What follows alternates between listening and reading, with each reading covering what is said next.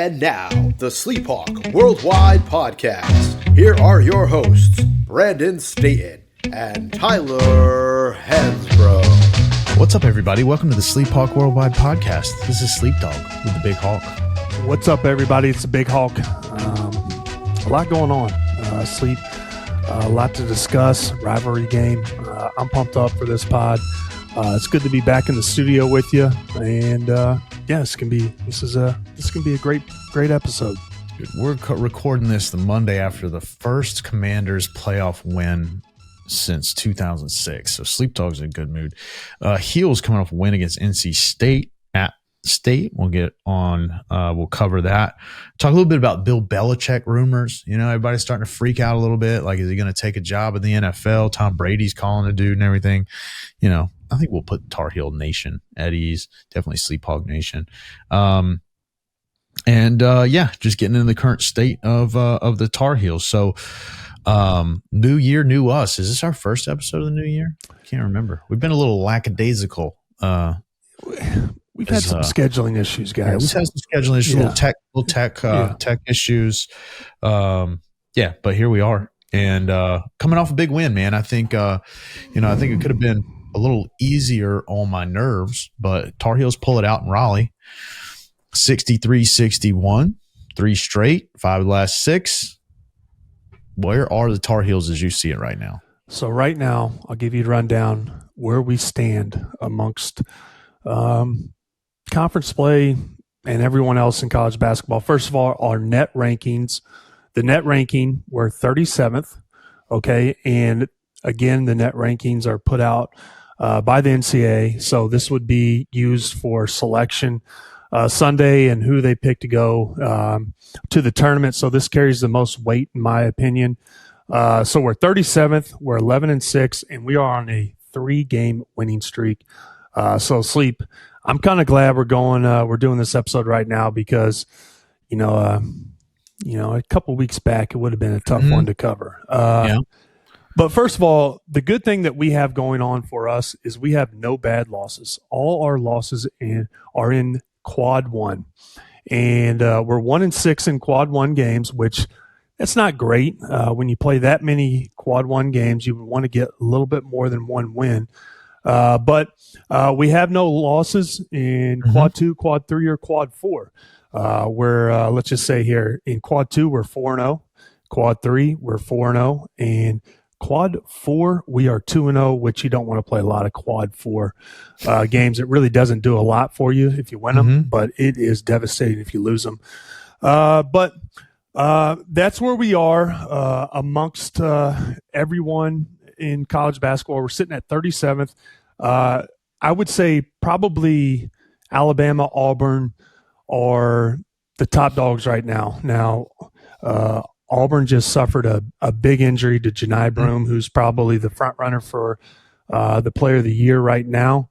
So it's going to be interesting to see how that goes. But that's a different subject, and we'll touch on the ACC conference standings. First of all, Duke's first, Pittsburgh's and Louisville are tied for second. And then let's see here. We are tied for 4th with Wake Forest, which is 4-1 as well. Clemson and Louisville 5-1. Obviously, we lost to Louisville. That would have been a big one and pushed us to second. But right now in conference standing, we are tied for 4th place, which, it's kind of a down year for the ACC just in general.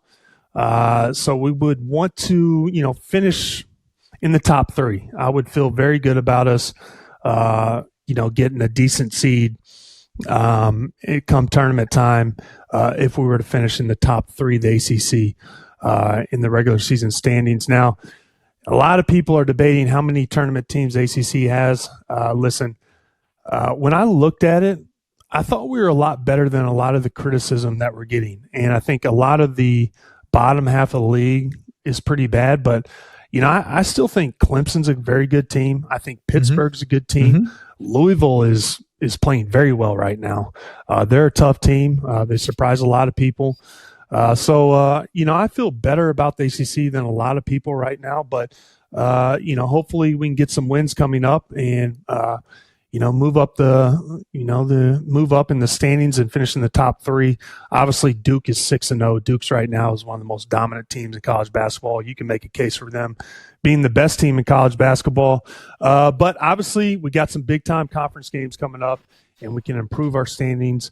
But that's where we sit right now with everyone else, and that's kind of our current status. And, just in general, from the eye test and what I've been watching, I think we've really improved as a team in the past couple weeks, not only as a team, but also rotations. I think guys are getting consistent minutes, and, we're figuring out what lineups work. You're really seeing the freshmen come on. In and Drake are playing unbelievable. And I think overall, you're not seeing as many bad shots taken from the freshmen. I think you want to kind of give in a little bit of a green light, because some of the shots he's taken over games, and some of his shots at times have been, heat checks. And Drake, you would see early on in the year him force up a few shots. I haven't seen that. He's really developed, and, Drake's impacting the game in a lot of different ways besides scoring. He's athletic. He provides a lot of length defensively. He can rim protect at times, get rebounds, make winning plays. I think Drake is very, I think he's improved a lot, and I think his value on this team sometimes doesn't show up on the stat sheet, but the 2 freshmen have been unbelievable, Ian and Drake, and, we can talk about Ian later, but he's been better than advertised. And, there's been times, in certain games where I'm just, I'm amazed by him. He's playing hero basketball. You look at Florida and some other games, he can take over, and he has kind of a torch at times. I love his growth and watching him develop. And we're going to talk about another player who's kind of coming into their own when we recap this UNC State game, because there's somebody that's not getting a lot of attention, I think deserves a lot of credit. Yeah, I mean, you mentioned it. I definitely think that had we had this conversation a couple of weeks ago, it seemed a little more dire then. I think I'm curious where I was trying to kind of see where these stats roll up in terms of the national rankings. But, I mean, Carolina's still scoring 83 a game. I mean, that's a good clip. It's probably top 25. Field goal percentage at 47. I would have thought that would have been lower. So I feel like, we're making some more shots here lately. 3-point percentage at almost 33. That's still, that's really honestly being brought down by your 2 volume shooters, which are RJ shooting 28% and Cadeau shooting 27% from 3. So I think the upside there, I mean, look, you got RJ Davis shooting 38% from the floor and 28% from 3-point range. And the thing I think that I am most optimistic about as a Carolina fan is if you just believe in the law of averages, like that has to change. He's just so much better than that. Now they're throwing the kitchen sink at him. They're kind of like giving him the Steph Curry treatment, right? Like they know that's the guy that can get hot and beat you. And so they're making everybody else beat you. And I think maybe, kind of like we saw in at the State game, and the emergence of Ian Jackson is just like so huge for this team. I mean, I think he's the best player on the team. I think he has been for a while. I think RJ has the potential. I think he's playing like the best player on the team. I think RJ has the potential, of course, given his, experience and so forth. But Ian Jackson is just an unreal player. So if RJ sort of like retreats back to the norm, that just means it's hard to believe that he's still going for 18 a game. I mean, he's still tops in the ACC or near the top in the ACC in scoring, right? Yeah. So, you got to feel like those percentages are going to improve. He's going to start seeing shots fall. And if that happens, it changes everything. I think Carolina at its best is a tight rotation, 7-man, moving the ball. And you say this all the time, getting good shots. The one thing that concerns me, I know we're going to get into the State game, is Carolina shoots 8 free throws in that game. And Ian Jackson, for as athletic as he is, and that dude, it seems like every shot you need, that's big. I mean, he's shooting 51% and 43 from three. I mean, dude's having a year. Mm-hmm. But like, he doesn't get to the line very often. And to be and part of that is weird. You know, I saw this several times in the state game, like his ability to carve through double teams and get a clean layup. It's like, I don't know that I've seen anything like it since Ty Lawson, man. Like he's at the bucket and nobody's there with him. And I don't know how, because there's 2 or 3 guys in between him and the basket. It's unreal, man, how he can finish. You know, so I think that's part of the game that I'd like to see them improve on. And of course, a lot of that probably has to do with the fact they shoot so much from the outside, but getting to the basket, getting to the line, is, you know, something RJ does well, which is, but I think he's unique in that regard. So look, I mean, I've been on a roller coaster ride personally with this team. If I'm being honest, like I still haven't seen enough yet where I'm like, all right, I think we can make some noise here.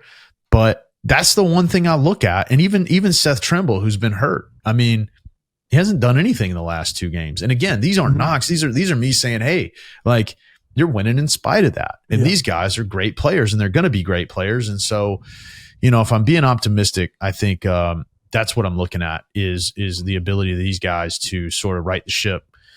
And, you know, we saw this, I think, you know, stop on this, but in Hubert's first year, when we made the run to the championship game, like, we were a team that if we were hot, we could beat anybody.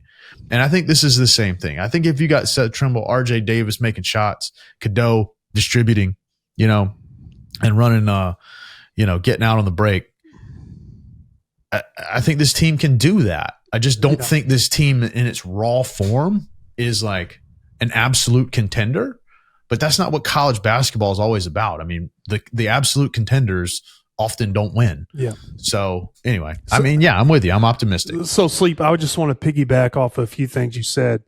This is the most optimistic I've been all season. Mm-hmm. And, you know, you can look at the schedule and say, we played some absolutely tough teams. And now we're starting to play, you know, conference play and we're looking a little bit better. But first of all, you got to give the team credit. We fixed somewhat of our bad starts. We haven't been taking haymakers to start games and, you know, spent pretty much 75% of the game clawing our way back, trying to make it a game. We fixed that. I think our defensive pressure to start the state game was much better. I think we're getting out there. We're starting games with more energy and starting from the jump. And the other thing, you're right. This team has not hit its peak. And a big reason why I'm so optimistic is because I believe in RJ just like you do. I think it's just a matter of time before we see his torch and see him go off. And a big reason why I think it's coming soon is because N. Jackson's going to start getting a lot of attention from the defense. And first of all, N is the 3rd leading scorer in conference play. In the ACC play, I think he's averaging like 20.8 points per game in conference play, which is impressive for a freshman. And I will say I think he's going to get a lot of attention from the defense, and I think that's going to open up a lot of things for RJ coming up. And I think he's going to have probably a lot better looks than he's had all year. I think he's going to be able to, you know, find his shot, find his rhythm, especially when you add another scorer on the court with him. I think that's going to be super beneficial.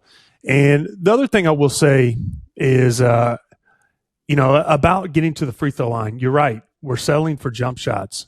A sign of not attacking the basket or getting inside or playing aggressive offensively is not getting to the free throw line. Now, a little bit of the state game has to do with the refs just they weren't calling fouls that game. I'm going to talk more about that. Yeah. And first of all, I loved it. I mean, it was just a good old brawl. And I think sometimes I love watching the old school physical basketball where the refs are just like, hey, you know what?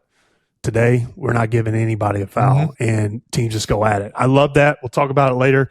But you're right. We've got to attack the basket more. We can't settle for outside jump shots. And I think Elliot Cadeau has done a much better job of getting the ball inside and not settling for outside jump shots. That's playing right into the defense's hands when he sometimes settles for long threes when he's a little bit open. I think he's taking the ball inside and finding teammates much better than he has all season. I like that. But you're right. I'm optimistic just like you. I know this team has not hit their ceiling. And what we saw from Jaylen Washington this against State, Sleep, you've been a big Jay Wash fan, and you've talked about it. He has a huge upside. And I think a lot of kind of his, slumps had to do with confidence, putting too much pressure on himself. And also, he's dealt with injuries his whole career, and he's backed up one of the best bigs in college basketball. So consistent playing time wasn't always there. So we're just now seeing Jay Wash start to develop. And the way he played against State, Sleep, if we get some minutes like that from Jay Wash, this team is different. This team is a Sweet 6 team. They could make, laugh at me now, this team could make a tournament run. I believe in them. I think Jay Wash is the only consistent multi-dimensional player from a statistical perspective that we have. And what I mean by that is he's the guy, we talked about it, the 12 rebounds is like, I looked at during the game. He's only averaging like 4 rebounds a game or 5 rebounds a game. Maybe it's not a lot.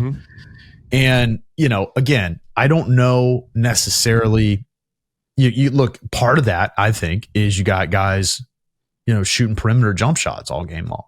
So you're going to have long rebounds and, and look, if there are 2 of those a game, now he's averaging 7 and that's a totally different, stat line. Right. So there's like little like innuendos or minutia in there that you got to consider when you ask why that number is lower than you would otherwise think it is.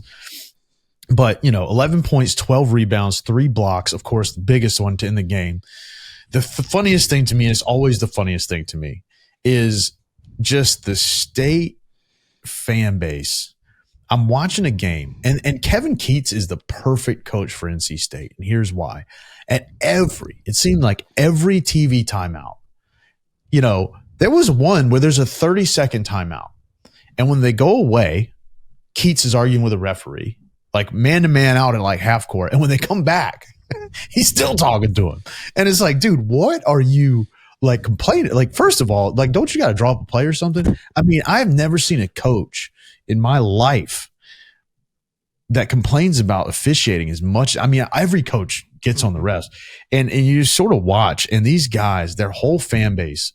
And by the way, I've been to two or three, maybe 3 or 4 games this year, and I sat next to Carolina fans that were just awful to sit there and listen to. Like, guys, you got to be educated about what's going on. Like, not everything's a foul, not everything's a travel, not everything is this, that, and the other. And the State fans do, they'll just go on and on and on about it. And you look at the box score, we shoot 8 free throws.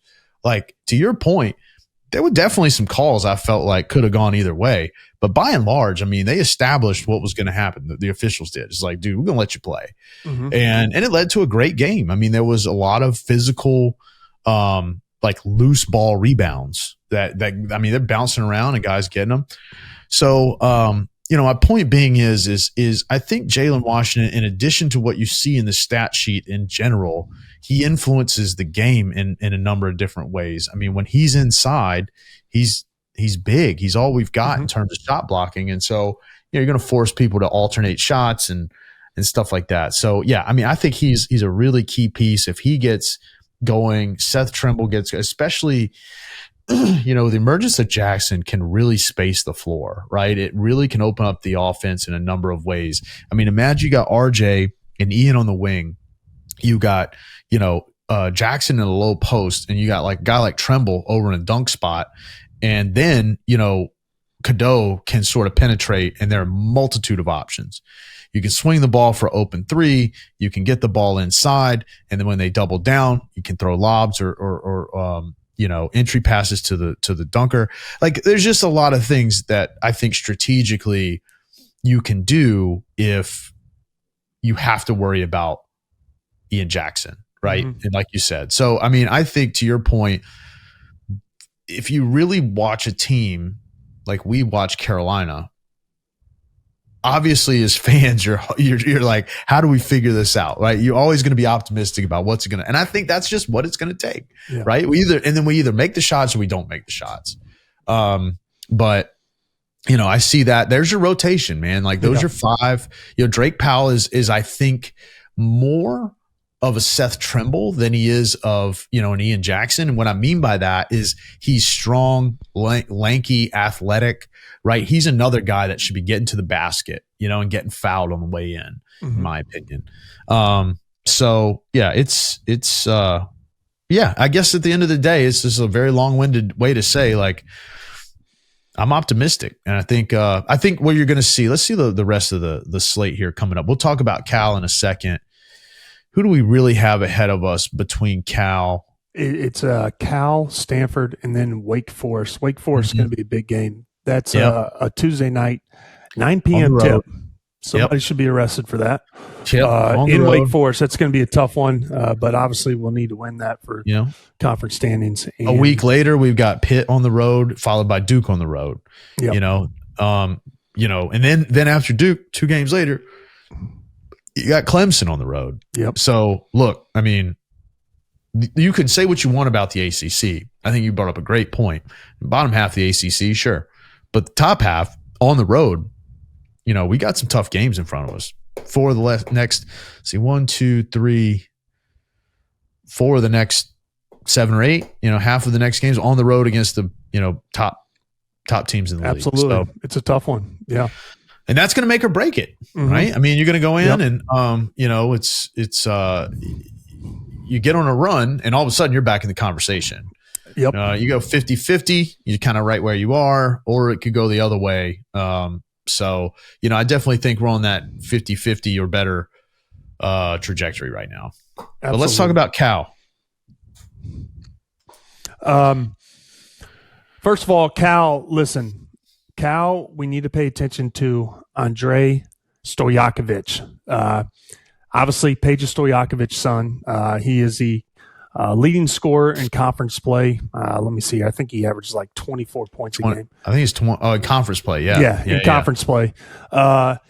This is one of those games where you've got to come out and start with energy. I think it's more about how we start and how we play versus what Cal does. Now, you need to pay attention to Stojakovic because he is a majority of their offense, and he has a torch. We cannot give him open looks. We need to make everything tough for him. We actually need to play him very physical. I think Seth needs to get up into him, bump him a little bit, wear him down. That bothers a lot of finesse shooting type players throughout the course of the game. So that's going to be key for us. I think making his life difficult when he's in the Smith Center against Cal, Stojakovic is going to be key to winning. But we got to continue what we've been doing, starting games well. We got to have, guys keep improving. We got to see consistent play from Jaylen Washington. I think him having, a decent game or something close to a double-double would be huge. And not only for this team, but also for him and his confidence, because I really think once he gets that confidence and that mentality, he's going to become some of the, the player that a lot of people kind of believed he would. I know you believed in him. I believed in him as well. I think he's, I think of everybody, all the bigs, he has the highest ceiling. I think, he has a good touch. He has a 7'2" wingspan. He is a great rim protector. Hold on. He can provide rim protection, not a great rim protector. This isn't Mutombo. But no, I just he can shoot from outside too. I wasn't upset when he took that three. No, not at all. Listen, he can shoot the ball. The top of the key three for Jaylen, I think he needs to shoot it, and I think that's a shot he can make. And the more he takes of those top of the key 3-point shots, I think is going to, I think eventually he's going to start making those consistently. And I've seen it myself. He's a good shooter. He's in the gym a lot, and he's capable of knocking down that top of the key 3. And the reason why I say top of the key 3 is because that's where a lot of big men find themselves, and also it's a much easier shot. But with our offense, he's going to be in that spot a lot. So, and you can super stretch the defense if that starts happening. You knock down a couple of those threes and draw their big man out of the paint, and like that just opens up everything. Absolutely, Sleep. And also a big reason why we're not a great offensive rebounding team, which historically Carolina has been, is because the defense kind of stays inside because our lack of outside shooting. It allows the defense to stay inside and really clog things up and get the defensive rebounds. So it makes us trying to get the offensive rebounds very difficult when a defense just stays inside the paint and just gobbles up the rebound. But if he develops that shot and somewhat brings a little consistency with making that top of the key 3, it's just going to draw the defense out. That's a great point. But those are the keys for the California game. Obviously, California is new to the conference. So, I would hope that the guys start the game with energy. And this is one of those games where you look at it and you're like, it's Cal. We haven't played them much, a lot of distance in between us. Not a lot of history, but this is a game we need to win. This is a game that we can't lose just because it's going to hurt our resume.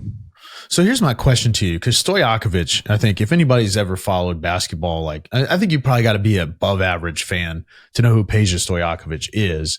But if you know who he is, he's a sniper, right? And his son seems like cut exactly from that cloth. I mean, 6'7", 205. Dude's lighting it up this year. But there's a couple of questions I have for you about him. So he played at Stanford his freshman year, and you look at the stat line. Dude shot 54% from the line. We were just talking about that before we started. Averaged 7 a game, and now he's averaging almost 21 a game for the season, right? So my first question is, how does a guy improve that much? And then the second part is, as you're preparing for a team that is by all indications very mediocre in Cal, their record says it, their stats say it, the eye test says it, but then you got this guy. I mean, it's almost I'm not saying he's Steph Curry, don't get me wrong, but that was kind of the thing at Davidson. The team was good, but could be great when Steph was going off, right? So this Stojakovic is the type of player that could go for 30 on you or more, right? And I mean, what is the mentality? Is it, how do you prepare for a team that has one guy that can beat you?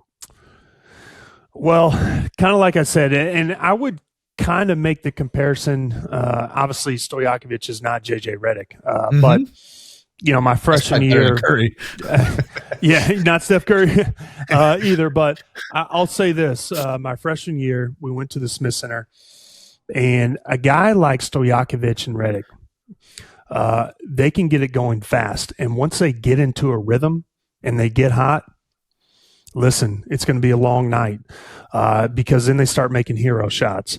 And I think from the tip, you cannot allow him to get an easy look. And this is why I think Seth Trimble is going to be such a key factor for this game, because he's one of the best defensive guards in all of college basketball. The way he chases shooters around screens and he pressures the ball, he really does a good job defensively. And I think he's going to be a key player that we're going to have to put on Stojakovic just to make sure he's kept in check. And, it comes down to knowing plays that they run to try to get him open, key plays. And also it comes down to we've got to be aware where he is on the court, and we can't allow him to get open looks. You just can't do it. When you have a guy like that on the court, you cannot allow him to just sit there, set up his shot, and get an easy open look from 3. Because once he gets a few of those going in and he sees the ball going in the basket and his confidence is through the roof, night. I mean, it's I've seen this on a bigger stage with Carmelo. he can drop 60 on you in 3 quarters. Melo did when I was at Indiana. But, you just got to make everything difficult for him, Sleep, and you can't give him easy open looks. Yeah, it'll be interesting to see here. So we got Cal coming up, and that's definitely the player to watch. And then will we be back before we got Stanford after that on both home and then at Wake. And then at Wake. That's next Tuesday. So yeah, we will we'll be able to review Stanford when we get back. That's probably a farther enough look ahead. Let's before we get out of here, man, let's talk a couple things. So one, I think we've got 2 things that we had jotted down to talk about. One is this Bill Belichick thing, but I'm going to come back to that in a second because I don't even think that's even a remote possibility. Let's talk about Cooper Flagg going for 42. Mm-hmm. I think everybody would be pretty interested to know your thoughts on him. ESPN is just shoving this guy down our throats. He plays for Duke, so we hate him, but he is pretty good. I tell everybody, let's just put him in Springfield right now. And I'm joking. It's a joke, guys. I mean, man, he's that dunk he had against Pitt, I think it was I was watching the game and I immediately text.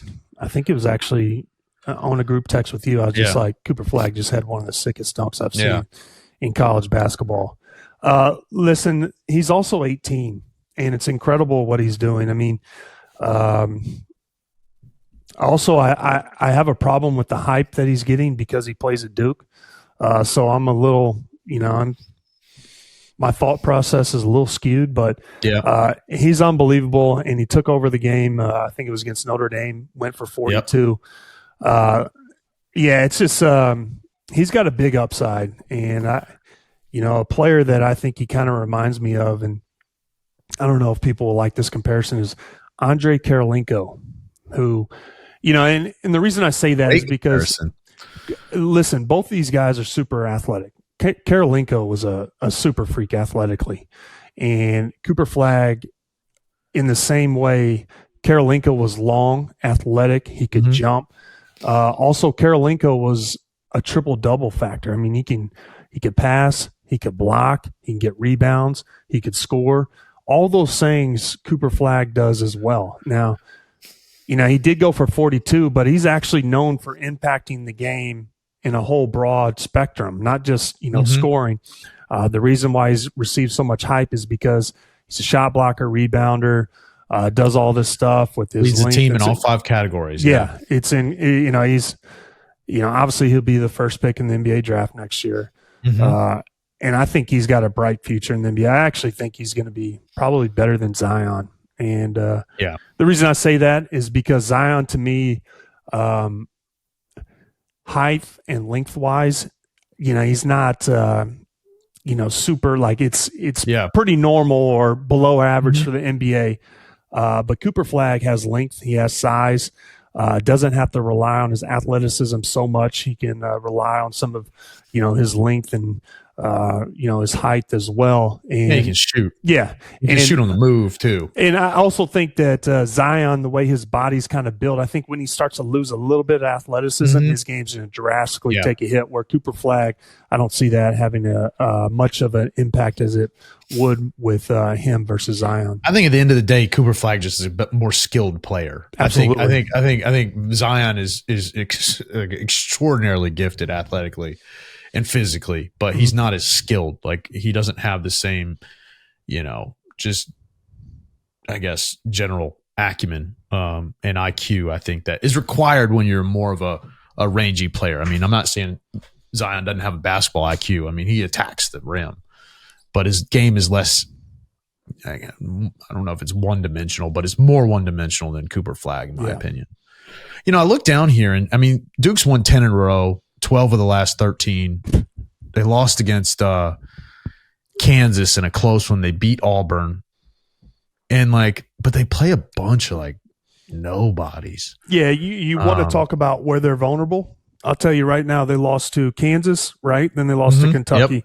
Right. If you watch those games down the stretch, Duke didn't execute as well as I thought they would. They're awfully young. and I thought that they relied too much on Cooper Flagg's ability to get a bucket, and they just kind of gave him the ball at the end of the game and put him in ISO situations where the defense just loaded up. And, if I'm the coach, I look at Duke and I say, we have too much talent around Cooper. I mean, they have a very good team. We've got to get him a look off a set and actually make our other scores a threat. Like the Knipple kid, you've got to if they load up on Cooper, he has the ability to knock down a shot. You just can't be so reliant on him at the end of the game. And I've maintained this from day one. I'm not a big fan of young teams in the NCAA tournament, especially if they're going to run through the conference and they're not going to be tested or take many L's. I think a team like that heading into the tournament is vulnerable. Yeah, I agree. I hope so anyway. We'll just keep this one real short. So rumors are, everybody in the NFL, all these coaching openings with the playoffs, everybody's after Bill Belichick, and they got this clause in his contract apparently where he can leave for $1 million. Buyout is $1 million, and everybody says, well, why would you make the buyout $1 million if you didn't want to at least think about it? So my question to you is, you think there's any chance that Bill Belichick leaves? Absolutely not.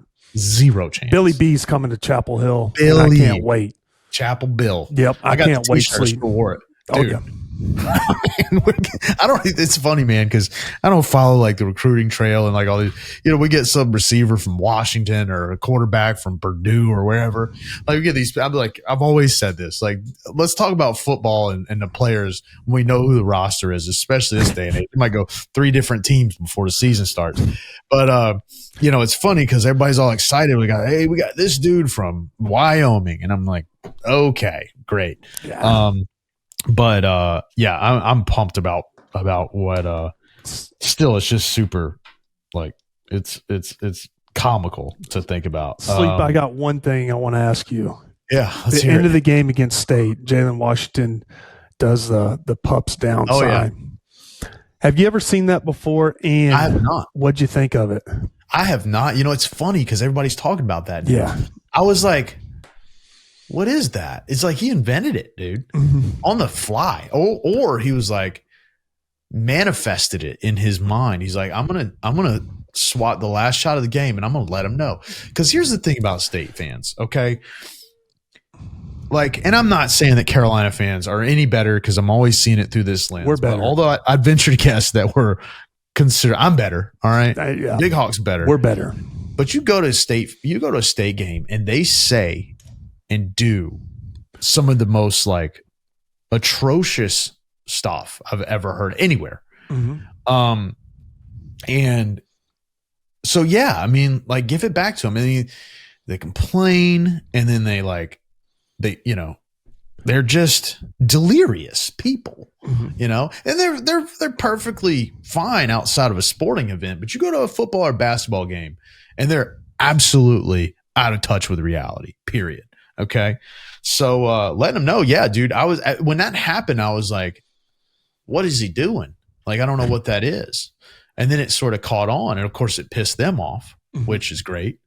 And the thing I like the most about it, because, I love Jaylen Washington, is it really, I think, galvanized the team around him and gave him like the shine that I think he needed, he deserves. Dude, he has been a consummate like team player throughout this whole thing.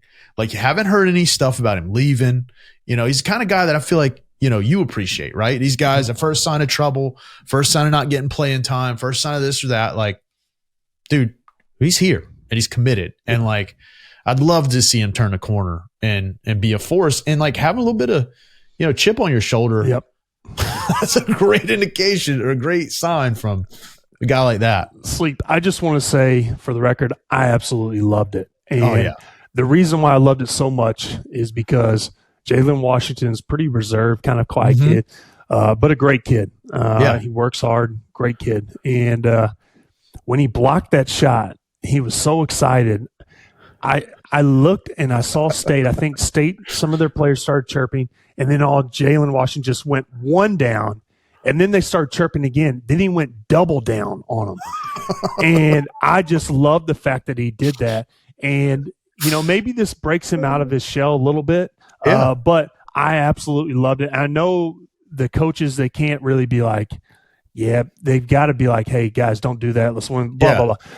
I loved it as a fan and a spectator. And also, I think it's good for the rivalry. They were talking a lot of smack. We were talking a lot of smack. Mm-hmm. And the other thing I really liked about it is Kevin Keatts was in a state of shock. Oh, he didn't know what to complain about. They wanted a goaltend. He didn't know what he was going to complain about the goaltend, which wasn't even close to a goaltend. Remotely close. And then he wanted to complain about that. Jaylen Washington started talking smack. Their players started talking smack. He had no idea what to do. Get on his players, get on Jay Wash, or get on the refs. I thought it was dude, it was a very weird last 2 seconds because the block didn't actually end the game, but it was such a big play that everybody was just like, what just happened? Everybody stood there for like the last, nobody even went after the ball. And even Jaylen Washington was just standing there like, is it over yet? It was hilarious. But yeah, I mean, I think I saw the same thing. I was like, they're all complaining about a goaltend. And I was like, you got to be kidding me, dude. But in the other thing, here's the one thing I'll say positive about the whole thing. It was a pretty chippy game, and I thought the players on the court played physical. They played tough, all of them. And, there were a couple times where I was like, this could get like, they could get in a damn brawl here. Yeah, I loved it. It's what you want. I did too. And both sides, kept their cool in that regard, and that's commendable. So, I guess that's really all I got. But dude, the Commanders, I know I'm not supposed to be rooting for them, but I got to say it, man. Last night, doinked one off the uprights. Dude, we're going to play Detroit. So, all right, here's what we'll leave on. Who are you pulling for? Who are you pulling for? I'm pulling for the Commanders. You know what I think about Detroit. I can't do the Dan Campbell. I can't watch him cry. He'll cry for a year if he wins the Super Bowl. Man. Oh man, yeah, you're on board, dude. If Washington beats I can't believe how many games they've everything. The crazy thing about being a Commanders fan is everything always goes wrong. And this year, it's like, dude, we shouldn't even. I mean, we should have lost so many games that we've won. It's almost like we shouldn't even be in the playoffs, and we won 13 games. And last night, for you, those of you that are out there that even care, something's wrong with our kicker. He fixes his hair a bunch of times. I haven't seen this. My dad told me that this is like a meme on the internet now, and it has to be. This dude has this tick where he's got to fix his hair 100 times before he puts his helmet on. And last night, I texted my buddy because of month ago, they were playing Tennessee. Now they're up 28-0 in this game. And I'm sitting on the couch watching. I'm like, what is wrong with this dude? He's fixing his hair. And then just absolutely shanks it. After 12 hair fixes, puts his helmet on and just shanks and so last night they called this guy on, and we've had a bunch of different kickers. I didn't even know we had the same one. And here comes this guy, and I haven't thought about him again. Here comes this dude, and he's fixing his hair 100 times. And I texted my buddy, and I was like, Brian, this ain't good, man. He's fixing his hair again, and 10 seconds later, you could see the ball. That's a funny thing about field goals is sometimes the ball just sort of in the air does a little shake, and it's either going to shake the right way or the wrong way. Did a shake, and it hit the post. And as a Washington fan, you just know that it ain't going in. And for it to careen off the post in through the crossbar is it took me. It was like the Jaylen Washington moment for me. I sat on my couch and I was like, I had to physically wait and watch the referee put his hands in the air to believe that the ball actually went in. And then the funny thing was the kicker was just cool about it. He's like, yeah, I was trying to hit the thing. Didn't even celebrate. So, needless to say, if we get into a field goal situation, he ain't making another one like that. So we're just going to have to win the rest of them outright. But look, dude, Commanders fan, I'll take it while it lasts. About to put my Jaden Daniels jersey on. I'm with you now, though. All right, buddy. You got anything else, Big Hawk? Stay safe.